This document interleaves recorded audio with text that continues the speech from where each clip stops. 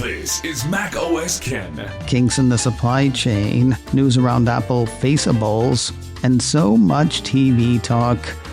It is Thursday, the 3rd of July, 2025. I'm Ken Ray, and this is news from Mac OS Ken, brought to you by yours truly and supported by people like you, patrons through Patreon.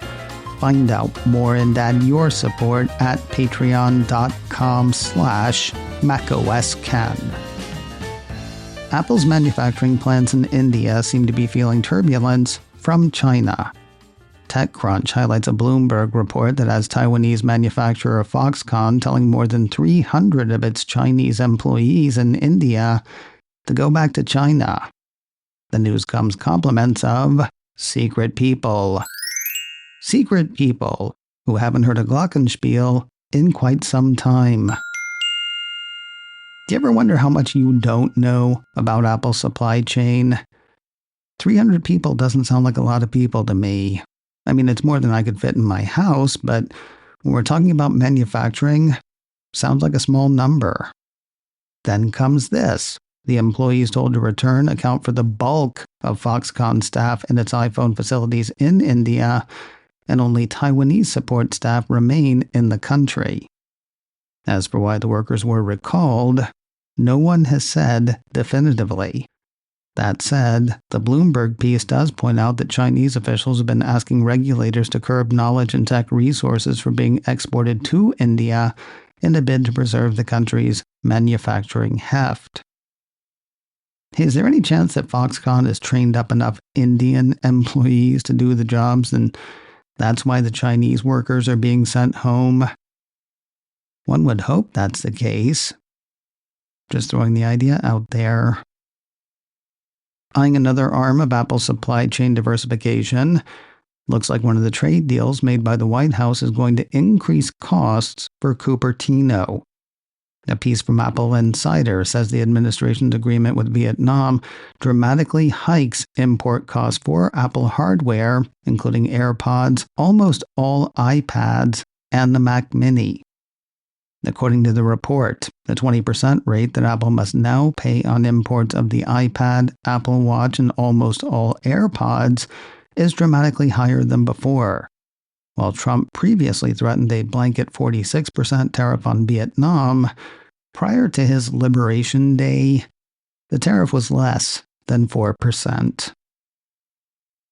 News of PC shipments from Canalys that is not worth getting excited about, according to Canalys. The market tracker issued a press release earlier this week that had U.S. PC shipments growing 15% in the first quarter of this year. Apple's portion of that saw an increase for Macs of just under 29%. Sounds like great news, though that is a bubble Canalys brings prepared to pop. The surge was tied to manufacturers stocking up ahead of anticipated tariffs, according to the firm. Those manufacturers will now need to sell those machines on to consumers who seem to be feeling a bit queasy at the moment. The way Canalys sees it, downward pressure on consumer spending will lead to a market slowdown for the remainder of the year. Despite 15% growth in shipments for the first quarter, the firm expects PC shipments for 2025 to come in at 2%. That is expected to rise to 4% in 2026, driven by October's end-of-support deadline for Windows 10. Apple has questions for Vision Pro users. Questions like, how do you like certain features? Do you use competing devices? Did you steal internal information and take it to another company? Actually, that last one's for a former employee, but we'll get to that. First, a piece from Mac Rumors says Apple started this week by sending surveys to some users of its headset. Questions seem to have been all-encompassing, ranging from queries about the device itself, fit, resolution, stuff like that, to ancillary features, guest mode, the Vision Pro app for iOS, accessories, and stuff like that, to relatively similar devices made by other companies. Focusing in on that, Mac Rumors says there were specific questions about competing mixed reality and virtual reality headsets, along with a question about smart glasses. Users were asked if they own the following: MetaQuest 3, MetaQuest Pro, other MetaQuest headsets. Why not just say a lot of MetaQuest headsets then? PlayStation VR, Valve Index, or ByteDance Pro. As for smart glasses, Apple asked about the Meta Ray-Ban smart glasses, the Amazon Echo frames, and the Snapchat spectacles. That Apple would be interested in other headsets makes sense, playing as they do in the same space. Questions about glasses, though, that set some thoughts in motion for some people. Apple wants to compete with those products, according to Mac Rumors, and rumors suggest that it is developing smart glasses that will be similar in function and form to Meta Ray-Bans. That is a rumor that was supported by TF International analyst Ming-Chi over the weekend. We'll get to him after we talk about the former employee Apple is suing. A report earlier this week from SiliconValley.com has the Cupertino company suing someone who went to work for Snap, which owns social messaging app Snapchat and sells a wearable product called Spectacles. That's not a big deal. People leave companies to work for other companies all the time. But that is not how this was presented. According to Apple, the person in question, a senior product design engineer who had worked on Apple Vision Pro, said they were quitting to spend more time with their family. In reality, Apple's lawsuit says the employee, who had access to various novel Apple technologies that are embodied in Apple Vision Pro or aren't even out yet, concealed from Apple a job offer 2 weeks earlier from Snap that meant that they would soon start working in a product design role at Snap substantially similar to the role they held at Apple. If they had said they were going to work for a competitor, Apple would have cut their access to proprietary information fast as it could. Instead, the person was allowed to work out their 2 weeks' notice, time that they used to steal a massive volume of Apple trade secrets, according to the suit. The Cupertino company says the overlap between Apple's proprietary information that the individual retained and Snap's AR products, for which the individual is a product design engineer, suggests that the individual intends to use Apple's proprietary information at Snap. Though Snap is not named in the suit, the company told SiliconValley.com that it had reviewed Apple's claims and saw no reason to believe that they were related to this individual's employment or conduct at Snap. The report says the former Apple employee could not be reached for comment. So I guess if you want to know what's coming from Apple in the head-worn space, you can keep an eye on Snap. Or you can keep up with Young MC. As mentioned earlier, TF International analyst Ming-Chi posted thoughts over the weekend on Apple and smart glasses. There was a lot more to his post than that, though.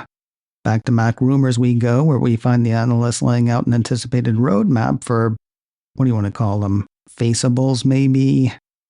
It's like Lunchables, but faces. On the smart glasses part, the analyst is looking for Apple's answer to Meta Ray-Bans in 2027. That'll allegedly include cameras, voice control, gesture recognition, audio playback, and support for and from artificial intelligence. Those will be followed at some point by XR glasses with an integrated display for augmented reality features. On the headset side, Young MC is looking for a better spec Vision Pro as soon as this year. The analyst says that'll feature an M5 processor with no other changes. He expects a lighter weight, lower priced Vision device in 2027, powered by an A-something processor rather than an M-something. Mac Rumors has the analyst expecting a second version of Apple Vision Pro in 2028. The analyst expects that to include an overhauled design, a Mac-grade processor, and a lower price. With half the Major League Soccer season gone, half the price of watching has gone with it. As it's done in the past few years, Apple has cut the price of MLS Season Pass by about 50% at the season's midpoint. Engadget says those will currently run buyers without an Apple TV Plus subscription $49. Folks who are subscribed to Apple TV Plus can get the rest of the season for $39. Jennifer Aniston's got another show lined up at Apple TV Plus. 9 to 5 Max says the morning show star will headline a new 10-part dramedy called I'm Glad My Mom Died, with Aniston playing the mom. The series is based on the best-selling memoir of former iCarly star Jeanette McCurdy. It tells of McCurdy's experiences growing up as a child actor and her complicated relationship with her controlling mother. With no release date announced, 9 to 5 Max not expecting to see this show until late 2026 or early 2027. Probably coming sooner, another sports documentary from the Cupertino streamer. Called The Mac ran a piece last week highlighting a new 3-part documentary series focused on the University of Connecticut, or UCONN, women's basketball program. Man, I am not going to watch the hell out of that. Which is fine. Not everything's for everybody. The news comes with no title and no release date for the series, so no telling when it's coming. The Mindfulness for Toddlers series Stillwater is on its way back for a 4th season. Okay, it's not really for toddlers, but it is coming back for season 4. For those who have forgotten, a piece from 9 to 5 Max says the show follows 3 siblings as they navigate the ups and downs of childhood with the help of their unusually wise and unusually calm next-door neighbor, a panda named Stillwater. Each episode mixes small, relatable childhood dilemmas with mindfulness lessons, breathing exercises, and moments of calm storytelling, something that's helped the series pick up both a Peabody and a Daytime Emmy along the way. After 2 years away, the Panda and Pals will be back in just under a month. Season 4 of Stillwater hits Apple TV Plus on Friday, the 1st of August. A potentially huge sci-fi title has entered production for Apple TV Plus. iDownloadBlog says the series adaptation of the William Gibson novel Neuromancer has gone before the cameras. While the 10-episode series will focus on hacker Case and Razor Girl assassin Molly as they target a corporate dynasty, the adaptation will not be beat for beat. Novelist Gibson has already hit the hell site saying that Apple's production will be different from the book.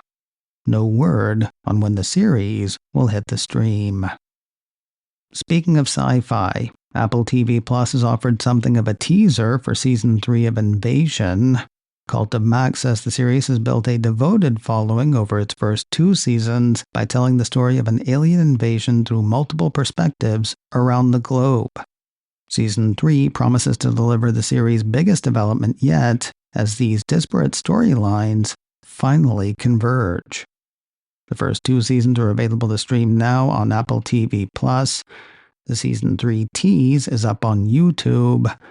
The 3rd season of Invasion starts its run on Friday, the 22nd of August.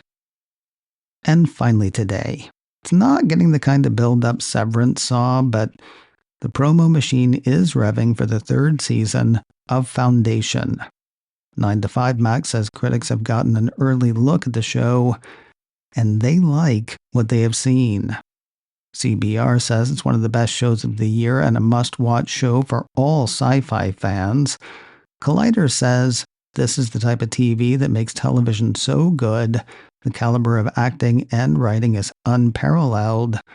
And Joe Blow says Apple TV Plus may finally have found its Game of Thrones. The first 2 seasons are available to stream now on Apple TV Plus. There is a Season 3 trailer up on YouTube. The 3rd season of Foundation starts in just over 1 week, Friday, the 11th of July. 3 shows in 1 week? I'm not sure I can keep up this pace.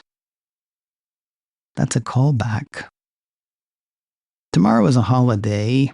If I did a show for it, there'd be nothing for Monday, so that is going to end this short week. I'm going to spend tomorrow watching things blow up. Might also go out and see some fireworks. Whatever you do, have a safe one.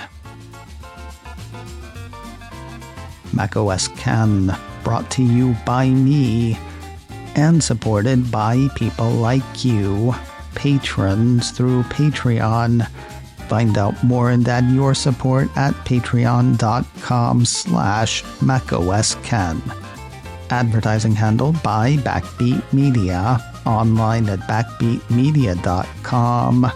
You can find me on Mastodon, macOSKen at mastodon.social. You can also send me an email, info@macosken.com. We'll talk again next week. Until then, that is news from macOS Ken. I'm Ken Ray.